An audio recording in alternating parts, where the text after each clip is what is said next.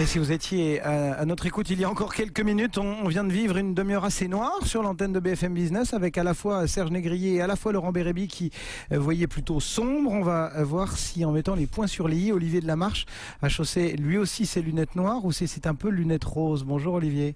Bonjour Cédric. À votre tête, c'est lunettes noires. Vous voulez que je vous fasse quoi? La petite maison dans la prairie? Non, pas trop. L'Espagne, bien sûr, la Grèce, encore, l'Italie peut-être. Bref, l'horizon semble très bouché. Vous nous aviez, il y a quelques années maintenant, pronostiqué le pire sur la Grèce. Vous avez eu raison. Vous nous avez laissé entrevoir que ce serait dur en Espagne. Pour le moment, ça l'est. Oui. Et ce sera dur jusqu'où? Bah écoutez, ça sera bien pire que ce qu'on pense. C'est pour la bonne et simple raison que on commence à voir, les gens commencent à s'apercevoir qu'on les a pris pour des imbéciles, comme d'habitude. C'est-à-dire qu'il y a encore 2 semaines, on leur disait que Bankia allait gagner 300 millions d'euros. Elle en perd 3,3 milliards. Ça fait beaucoup d'argent en 2 semaines. Hein, et donc les banques continuent à se foutre de notre tête. Hein. Est-ce que finalement le chiffre qui avait bien été lancé par la Banque d'Espagne et qui avait failli mettre le feu aux poudres, qui portait sur des centaines de milliards, est le bon? Mais bien sûr qu'il est le bon. Là, il y a encore aussi 2 semaines, on vous annonçait que le problème bancaire espagnol allait être réglé avec 15 milliards.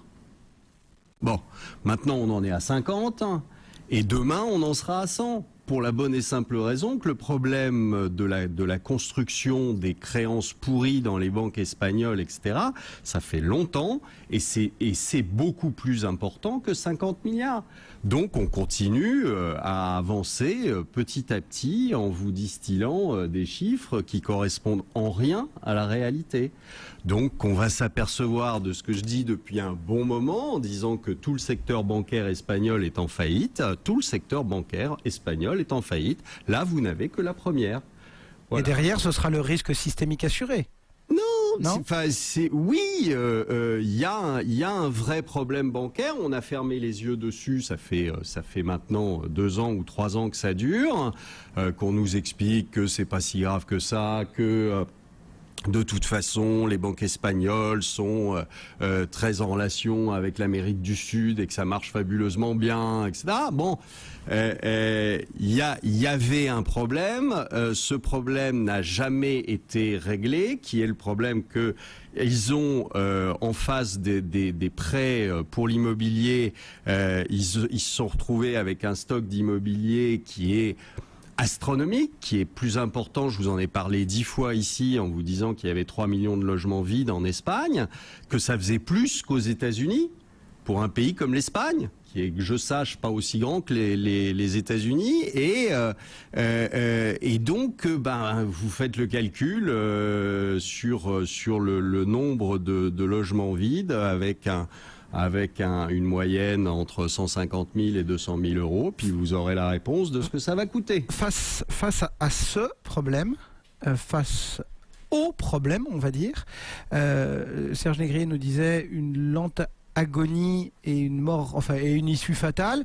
Laurent Bérébi a presque pas dit autre chose.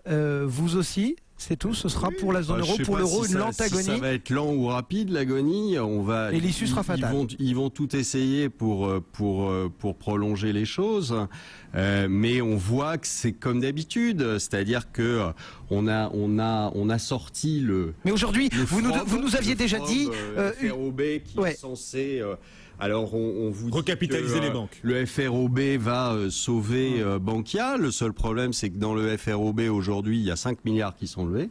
Donc on est loin déjà des 19 et que ça va donc poser un léger souci et que voilà, enfin on a essayé de commencer à dire l'État va émettre des obligations qui vont être rachetées par Bankia et Bankia en échange va apporter ses obligations à la BCE et en collatéral pour avoir des je veux dire, on fait des espèces de montages complètement ridicules et qui ne font que déplacer les problèmes et jamais les régler. Est-ce que les eurobonds vont finir par s'imposer comme la solution pour l'Europe? Pour moi, ça n'a jamais été une solution. Donc, je vous dis non.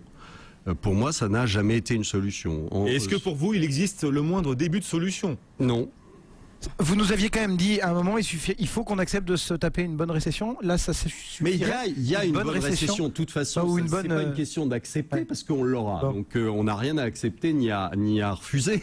On nous donne pas le choix. Ouais. Et donc vous l'aurez la récession. Et puis moi je crois que vous aurez un défaut de paiement généralisé de beaucoup de pays qui parce qu'on ne peut s'en tirer que comme ça. C'est-à-dire que je vous avais dit, tout le monde m'avait regardé un peu bizarrement que le Japon ferait défaut sur sa dette. Le Japon fera défaut sur sa dette à un moment ou à un autre et pas un petit défaut. Allez, croyez-moi, ça fera mal. 45 minutes de noirceur, c'était presque pas annoncé, mais ça a été respecté, c'était sur BFM Business. Merci beaucoup Olivier Delamarche. On clôt tout cela avec un CAC 40 qui est passé dans le rouge, lui. Ah oui. Comme quoi, rien ne va plus. Moins 0,11% pour l'indice. Il faut croire que toute la place nous écoute. Ce matin, on est à 3039 points dans